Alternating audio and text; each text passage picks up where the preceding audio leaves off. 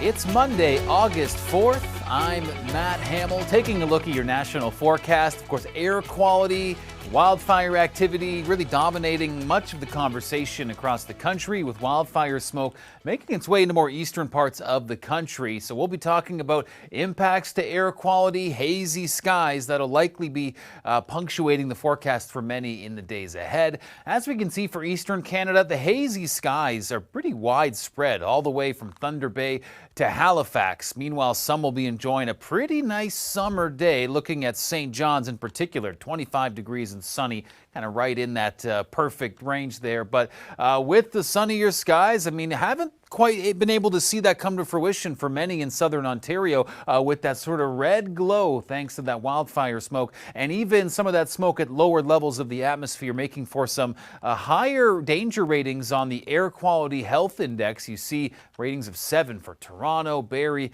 and Kingston for our today. And this morning we saw for our Monday, Toronto, of all the major cities on the globe, second in terms of the worst air quality, second worst air quality. Now, we'll hope to see that improve, but unfortunately, over the next few days, that wildfire smoke, a little stubborn, high pressure, helping to prolong our smoky situation. And over the next few days, as you can see, things will be otherwise fairly clear and warm. Does look like Thunder Bay getting increasingly cloudy, with the chance of storms increasing as the week moves along. For our Monday, we do have a chance of some thunderstorm activity across parts of eastern Canada. Nothing too significant, as you can see, not a very robust threat for today across Ontario and Quebec. Now, speaking of Quebec, the hazy skies are certainly a factor there. Temperatures are right around the seasonal mark, and over the next few days, much like Ontario, sunny conditions and some heat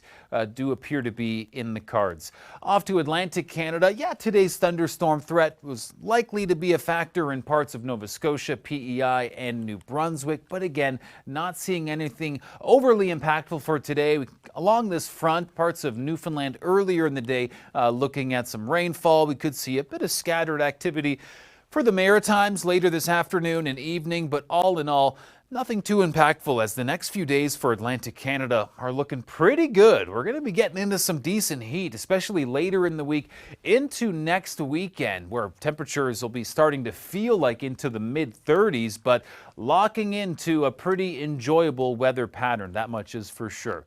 Off to the west, where the air quality concerns and the wildfire smoke, again, really taking center stage. Take a look here in Fort McMurray along Highway 63. Look at the difference just a little while makes here, right? A couple of hours when you have that wildfire smoke moving in, and that is quite a dramatic change. So the good news for areas like Fort McMurray and even more southern parts of the prairies is southerly flow is going to be directing some of that wildfire smoke away, but that is not good news for those in northern Canada, as the territory's likely to see some air quality warnings expand with that incoming wildfire smoke due to the change in wind direction. Now, we do have a bit of rainfall over the next few days, and some of that will be targeting some wildfire hotspots, especially in Saskatchewan, which has led the country in terms of area burnt this wildfire season. Other areas, though, maybe not getting as much rainfall that could really use it, so a little hit or miss. The last 48 hours has brought ample moisture to more southern parts of the prairies, and once again, southern parts of the prairies and BC looking at a thunderstorm threat for the day today. We could see that severe activity for portions of southwest Alberta into BC's interior. But as you can see, that thunderstorm threat is fairly widespread across the region for today, and it's really going to be just an unsettled couple of days. After some overnight activity, our Tuesday looks to bring even more action to this part of the country, and that may stretch even beyond our Tuesday. Chance of thunderstorms for our major prairie cities does continue well into the work week. For British Columbia, we are looking at that chance of thunderstorms into the interior. As we mentioned earlier, things are still dry along the coast. Well, that's not going to stay that way for much longer. Take a look here. After today's thunderstorm potential, as we look to the south coast, things will be picking up quite a bit for our Tuesday into Wednesday, a rainy pattern settling in, and that could be quite helpful to combat our wildfire situation. Things have kind of escalated in recent days, but some much welcomed rainfall could help things out in southern parts of BC.